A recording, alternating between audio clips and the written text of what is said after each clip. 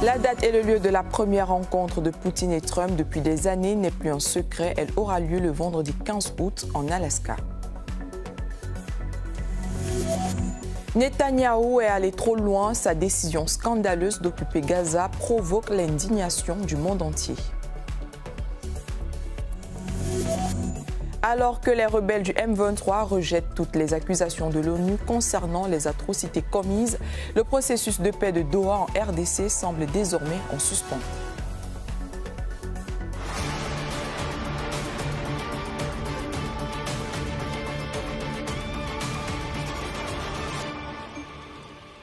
Bonsoir à vous et bienvenue sur RT en français depuis Moscou. C'est historique, la Maison-Blanche et le Kremlin l'ont confirmé.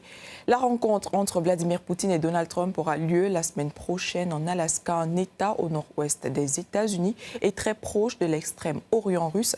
Les précisions avec Mariam Fedjo. Les spéculations sur la date et le lieu de rencontre du président russe et son homologue américain. Alors, Donald Trump a déclaré qu'il verra son homologue russe Vladimir Poutine ce 15 août en Alaska. Ces propos ont été également confirmés par le Kremlin.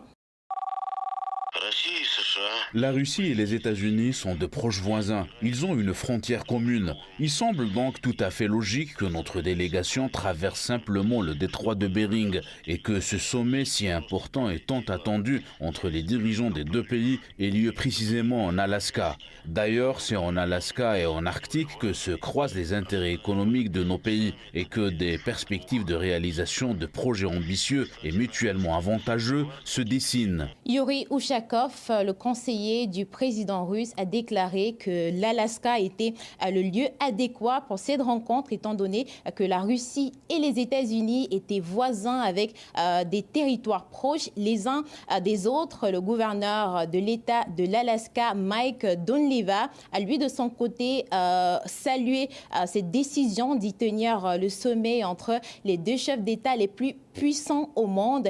Il a également précisé que l'Alaska servait toujours de pont entre les nations.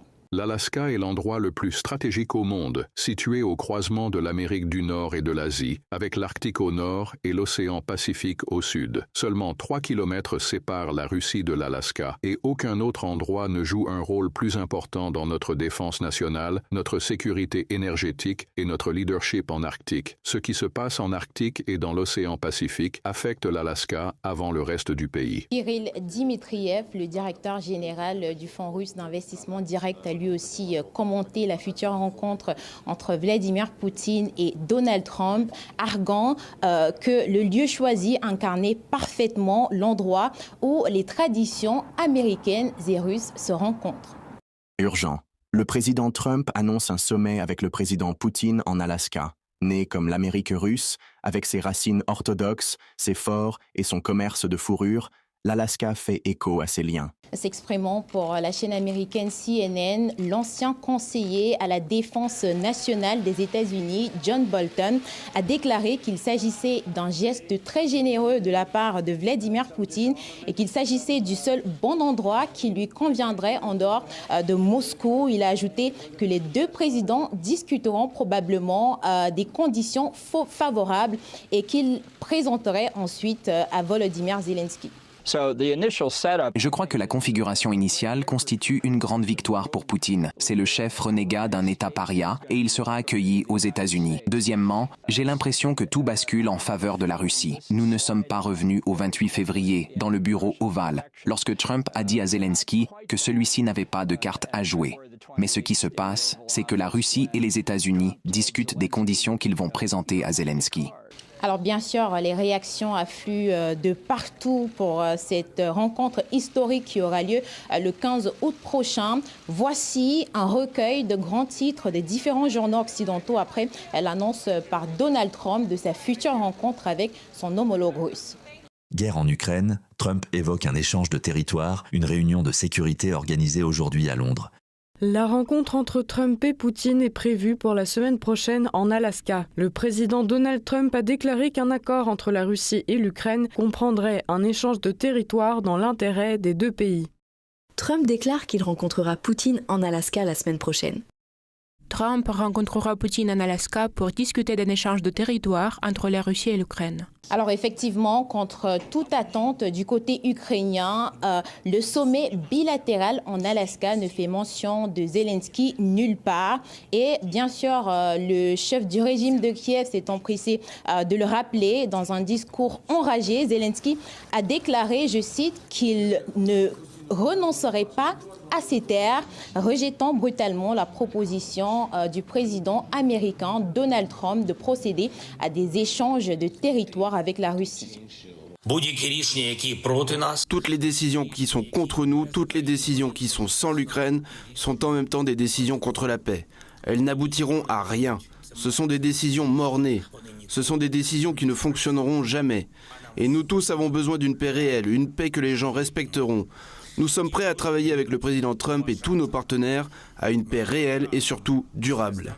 Alors que Donald Trump continue de faire des efforts considérables pour mettre un terme à ce conflit, ce qui n'était d'ailleurs pas le cas de l'ancienne administration sous Joe Biden, qui, je rappelle, avait d'ailleurs coupé toute communication avec Moscou. Zelensky, lui, de son côté, fait tout pour tout saboter. Son discours vidéo tonitruant dans lequel il qualifie toute solution sans l'Ukraine de morte et d'insignifiante ressemble davantage à une tentative désespérée de maintenir l'apparence d'un contrôle plutôt qu'à des démarches diplomatiques. L'annonce de la décision de Netanyahou de prendre le contrôle de la ville de Gaza ne pouvait que provoquer une vive réaction de la part de l'opinion publique. Mais Netanyahou va-t-il reculer ? Il semblait que la situation de la bande de Gaza ne pouvait être pire, mais l'agonie des Palestiniens n'a pas de limite. Jeudi 7 août, le Premier ministre israélien Benjamin Netanyahou a annoncé son nouveau plan, l'occupation de Gaza. Si ce plan est mis en œuvre, la situation va considérablement se détériorer, et pas seulement pour la Palestine, mais pour toute la région, selon le ministère russe des Affaires étrangères. La mise en œuvre de telles décisions et plans, suscitant la condamnation et le rejet, risque d'aggraver la situation déjà plus que dramatique dans l'enclave palestinienne, ayant tous les signes d'une catastrophe humanitaire. Il est évident que cela compliquera considérablement les efforts internationaux de désescalade dans la zone du conflit, avec de graves conséquences négatives pour toute la région du Moyen-Orient. Mais Moscou n'est pas seul à s'inquiéter des plans sanguinaires de Netanyahou visant à étendre l'offensive militaire dans la bande de Gaza. Paris n'a pu rester à l'écart face à de telles décisions qui relèguent très loin en arrière toutes les tentatives de règlement pacifique dans la région. La France condamne fermement le plan du gouvernement israélien visant à préparer l'occupation intégrale de Gaza. Une telle opération aggraverait une situation déjà catastrophique sans permettre la libération des otages du Hamas, son désarmement et sa reddition. Le secrétaire général de l'ONU, Antonio Guterres, considère également cette décision dangereuse comme une escalade injustifiée qui détruira encore plus de vies. Le président du Conseil européen, Antonio Costa, a condamné le plan du gouvernement israélien sur sa page X, menaçant de conséquences pour les relations entre l'Europe et Israël. J'exhorte vivement le gouvernement israélien à reconsidérer sa décision de prendre le contrôle de la ville de Gaza. Une telle opération, accompagnée de l'expansion illégale et continue des colonies en Cisjordanie, des destructions massives à Gaza, du blocus de l'aide humanitaire et de la propagation de la famine, non seulement viole l'accord avec l'UE, annoncé le 19 juillet par le haut représentant, mais aussi sape les principes fondamentaux du droit international et les valeurs universelles. Une telle décision doit entraîner des conséquences pour les relations UE-Israël, à évaluer par le Conseil. Le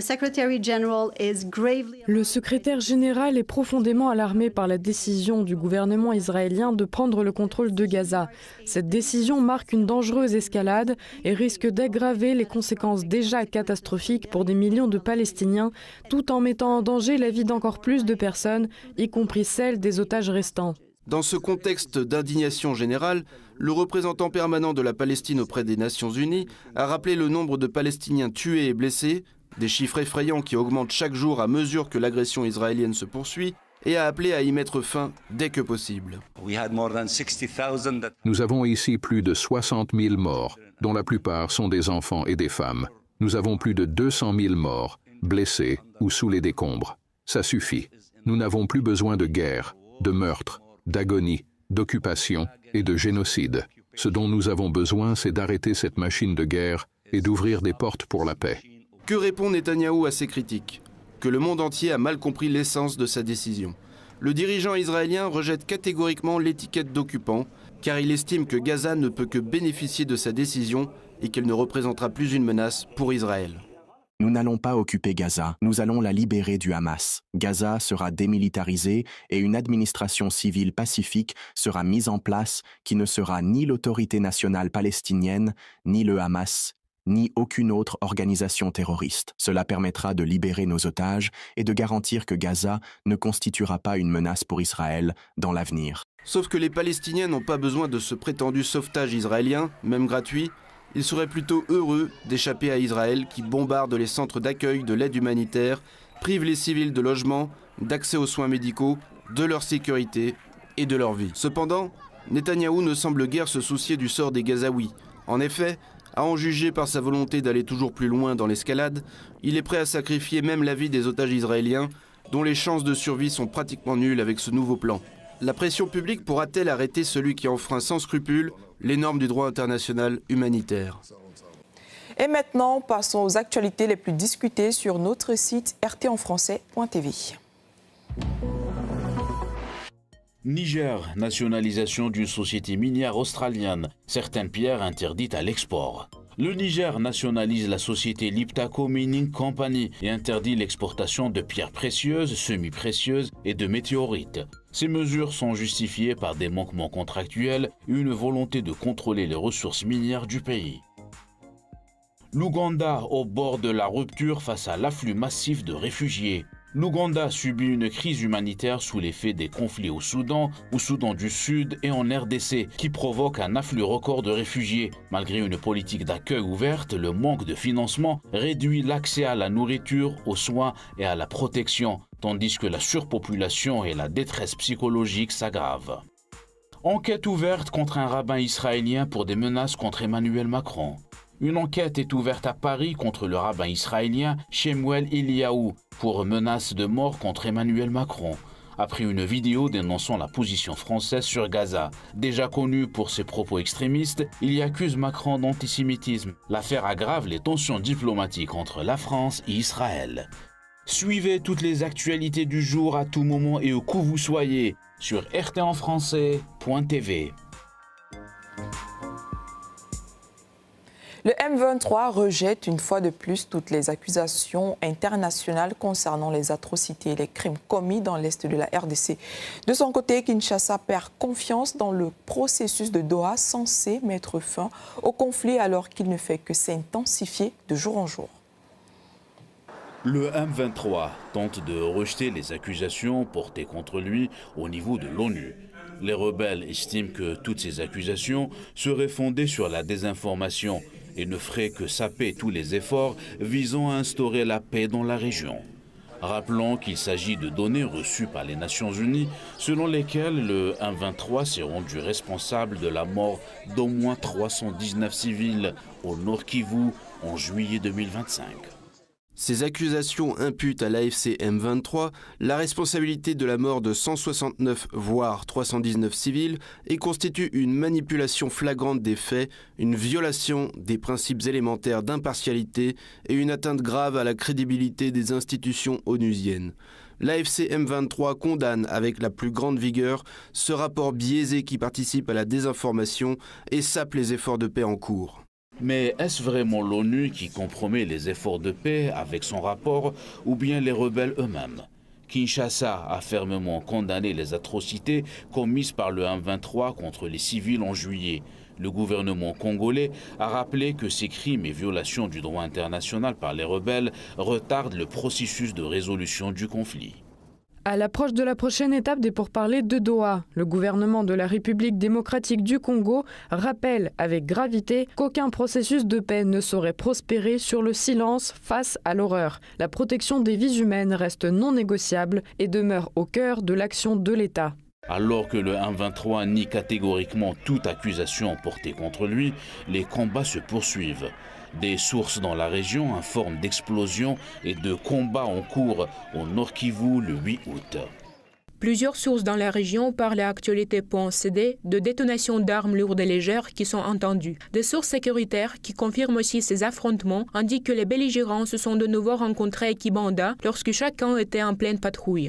Les combats sont en cours. Parallèlement, le M23, qui a sapé la confiance de Kinshasa, s'étonne que sa délégation n'ait pas été invitée aux négociations de Doha le 8 août.